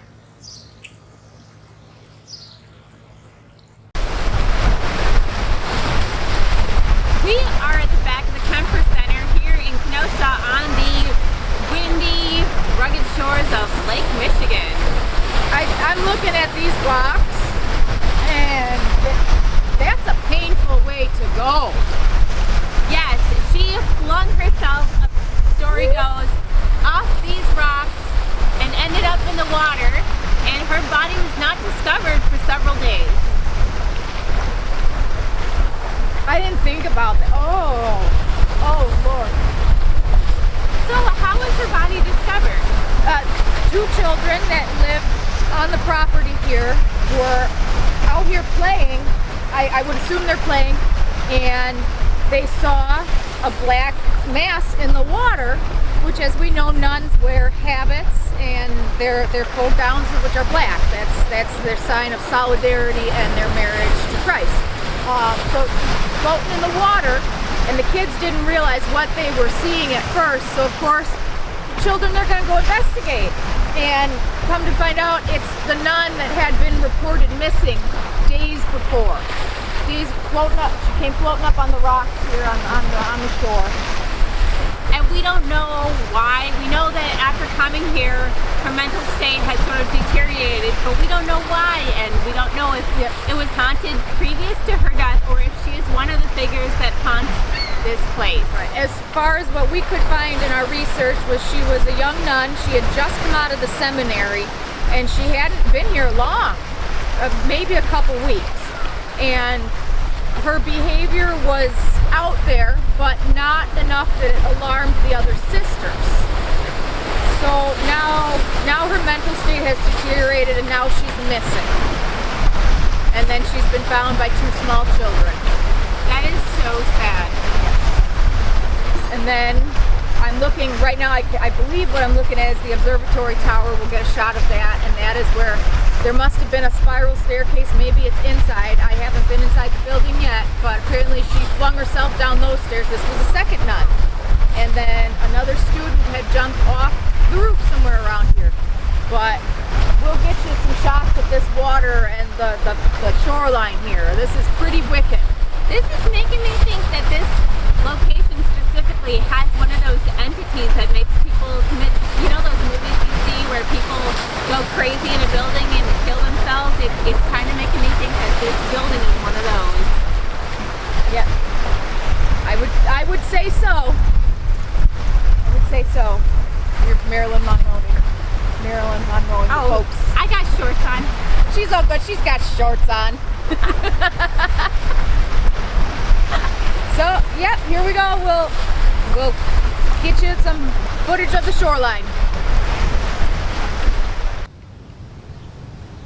Well, where are we standing, Celeste? We are still on the grounds of the Kemper Center, and we are here in what used to be the carriage house. I'm sure the ground is very fertile under this concrete. Yes, so around this area is where they used to have the carriage house. It was unfortunately torn down and turned into an art center. Well, it's not unfortunately it's an art center, but unfortunately the carriage house was torn down. Yes, so it doesn't really survive today. I'm sure it was gorgeous. Yes. And it is a beautiful day out. The water of Lake Michigan is so striking blue. It is. It's very, very blue. Right now, this is the Anderson Art Center. It was the Jane and John Anderson home for several years. And we are standing under, I'm very sorry, I am in awe of this Japanese maple. It is love beautiful. their colors. Just walking around here has been amazing, although unfortunately I haven't seen a ghost yet. No. I'm still hoping. Me too. Me too. With our luck, they'll follow us home and they'll be in the back seat. Yeah. Pull a Resurrection Mary. Yeah, I was going to say they'll pull Resurrection Mary on us. It reminds me of Versailles around here. We've got the copper gutters going and the full length window shutters. Oh, it's gorgeous here. If you have a chance to visit the Kemper Center, make sure you do. Yes. All right, we'll talk to you later.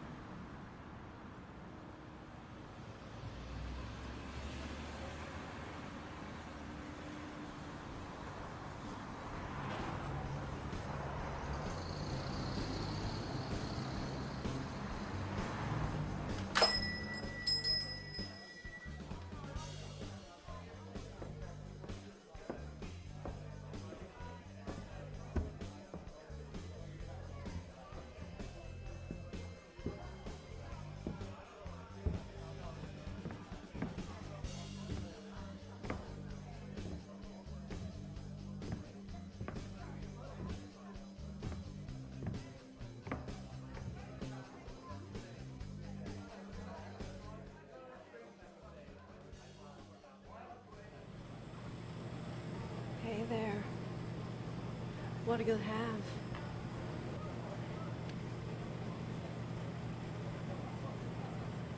You okay, darling?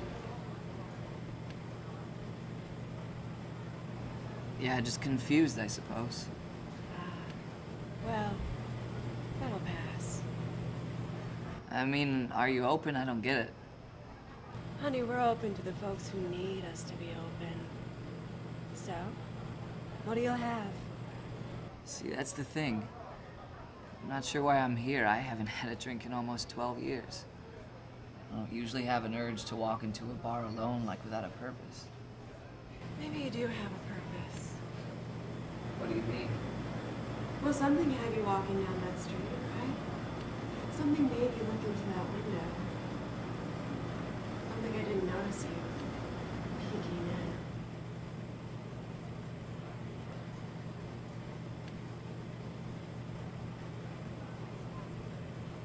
She lied to me.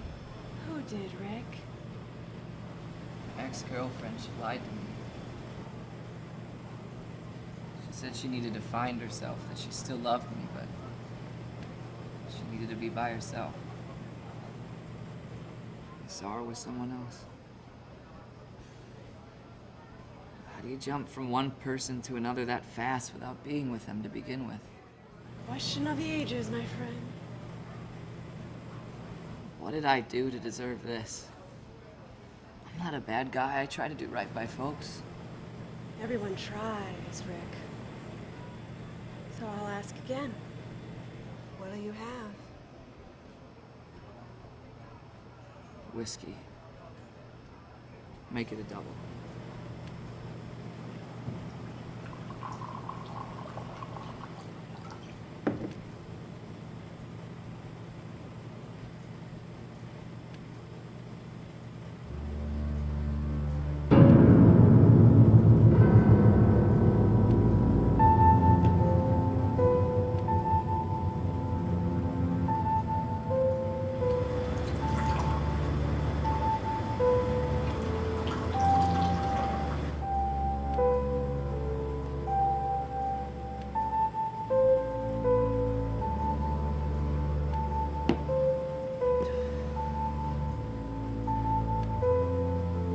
Oh no, your money's no good here, Rick.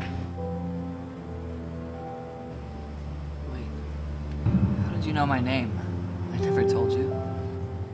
Oh, I know everything about you, Rick. How at the end of the day you can never really please her.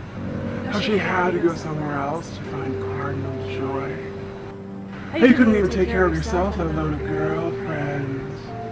But the one thing I know about you is you said, and correct me if I'm wrong, if I go back to the bottom of the bottle, I'll die there. You remember saying that, right?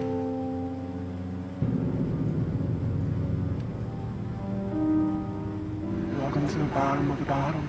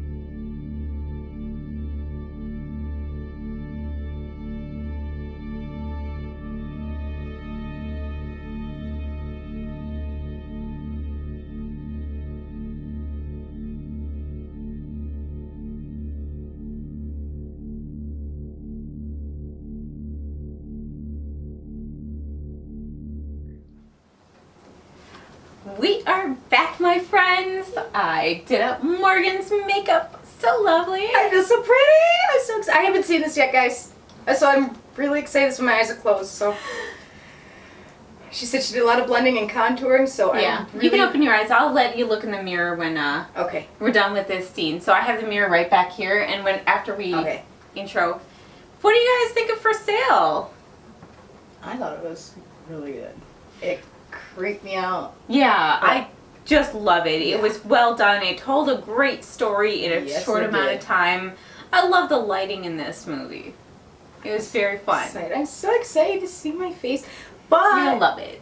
But before I see my face, we are going to tell you about this flashback that I'm in. Yes. So what is it called? Okay, it's called Rocking Fun Music. And the show started in 2006. We were originally on YouTube. It's actually the brainchild of who I call like one of my moms. Her name's Kelly Levins. Amazing woman. Absolutely love her to death. Her daughter Courtney is one of my best friends. And Courtney's daughter is my goddaughter. So that's the little girl you see in the film. She's grown up now. It's insane. But we were campaigning to get on the cover of Rolling Stone magazine. Very cool. Yeah, it was. So if you go to youtube.com/rockingfunmusic, or you can look up KidKel69 or Kelly Levins, and we'll come up. There's also www.rockingfunmusic.com, and you can see our journey throughout the years on that. This particular episode or webisode that we were doing, we were asking about gas prices, because this is when the gas prices really started to skyrocket. Packs of cigarettes went up too. They went from like $2.50 a pack to like $5. It was insane, yes. So we asked the viewers to send us their gas prices. And now, years later, I am going to ask you guys to do the same thing. Send us your gas prices, wherever you're at. And where can they send them to us?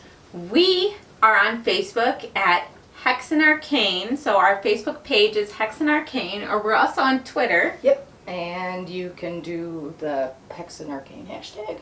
Yes. I'm still if figuring out the Twitter. If you hashtag Hexen Arcane, or you find Hexen Arcane on Twitter, and you send us a message, send us a tweet, anything. Yep. So Facebook message, Facebook post, find a way to tag us in it. We will enter you in to win one of our brand new stickers. Yes. And you will actually get the first preview of our sticker, yep. And then we will post them online, obviously. We're going to insert that here for you to see. There you go. So, if you want to be entered, just tell us your gas prices. Tell us your gas prices. If you want to send a picture, if you want to just tell us what your gas prices are and where you're at, it's just kind of fun info. It is really fun, and it's really engaging for the fans, so we like doing these type of things. So please do it. Yes. And speaking of engaging, do you want to see what you look like? I do. I forgot about my makeover, everybody. Yeah, so we're gonna I'm so excited. We're gonna let you guys she's gonna look, and then we're gonna put you straight into our Rockin' Fun Music. Yes, and then Rockin' Fun Music. We'll see you next week. All right, Morgan. Take a look. You're gonna love it. I bet I look good, like Hollywood model good, so I'm excited.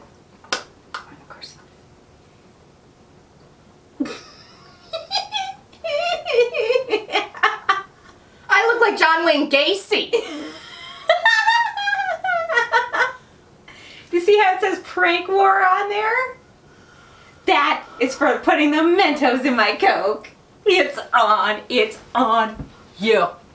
I got her back. You just did the whole scene looking like that. You got eyelashes on your forehead.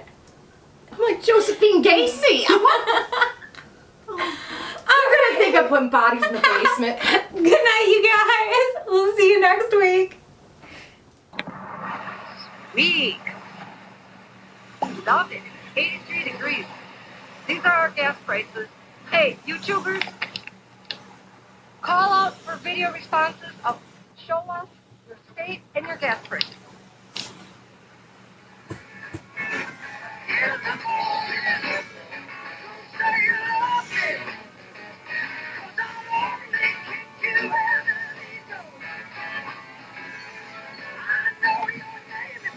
Okay, YouTubers, show off permanent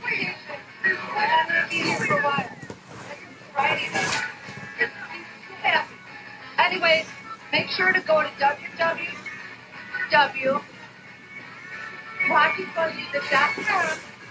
Go to Colin Jones.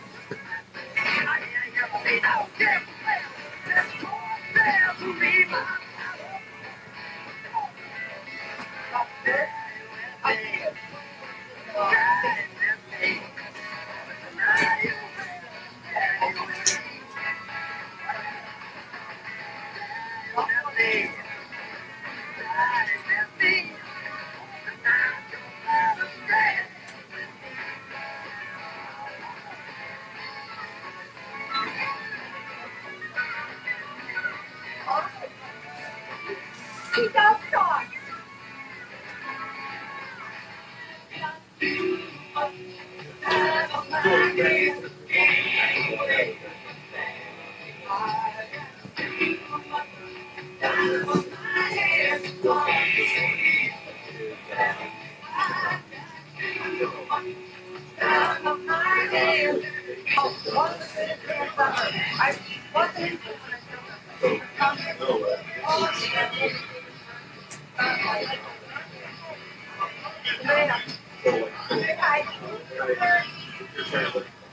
Country Thunder, we have one of the biggest festivals.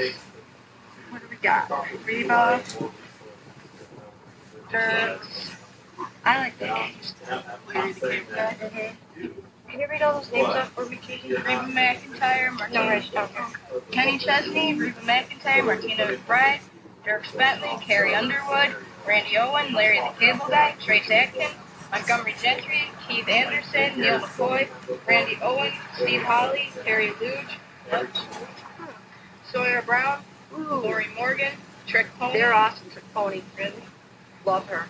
Heartland, Chris Young, and Jake Owen. Hopefully we'll be going out to Country Thunder. Tony Romo, of course, because he's from Burlington, will probably be with Carrie Underwood. Peace out, YouTubers. Far away from that music store. See our Nestle decoration. Oh, Mary's all decked out. Oh, should we stop and say hi to Mary?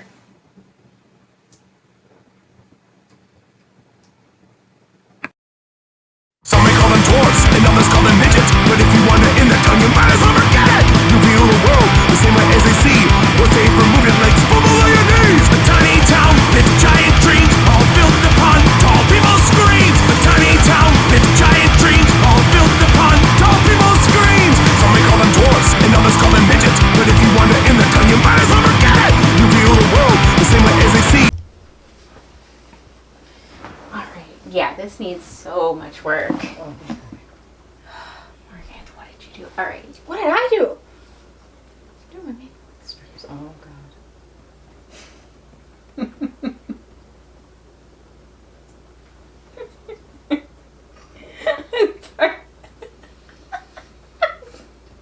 Take it like a champ. I'm just laughing. Your old makeup is so bad that I have to fix it. I didn't want to look until you're done though, because I am excited, because I know sometimes things start out janky, but they always turn out beautiful. Yeah. So let's fix your lips.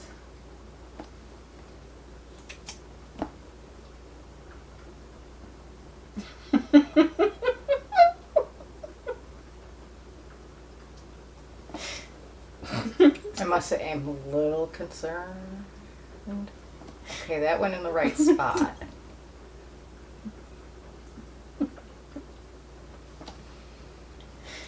It's hard to laugh. I'm only laughing because it's so much better now.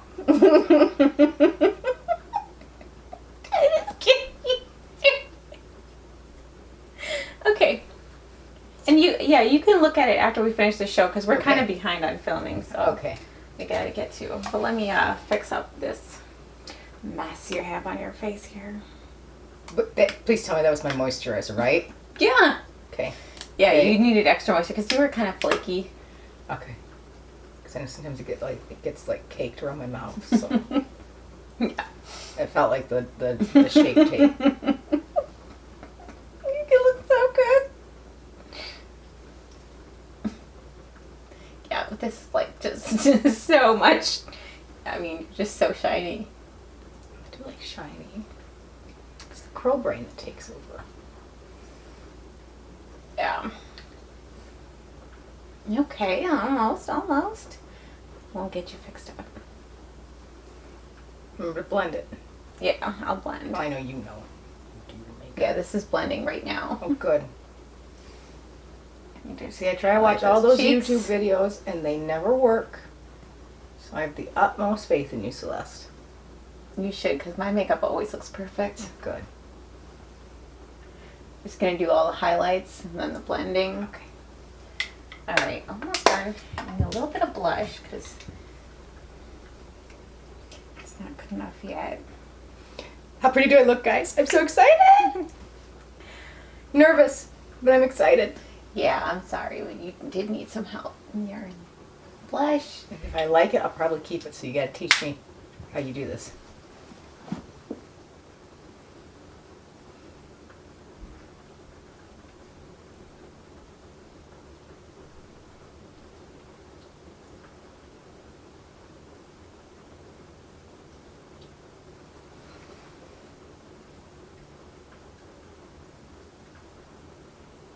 You're gonna love this. But yeah, we should have to get back to intro your footage. So let me just do the finishing touches and then I'll let you look at it in a sec.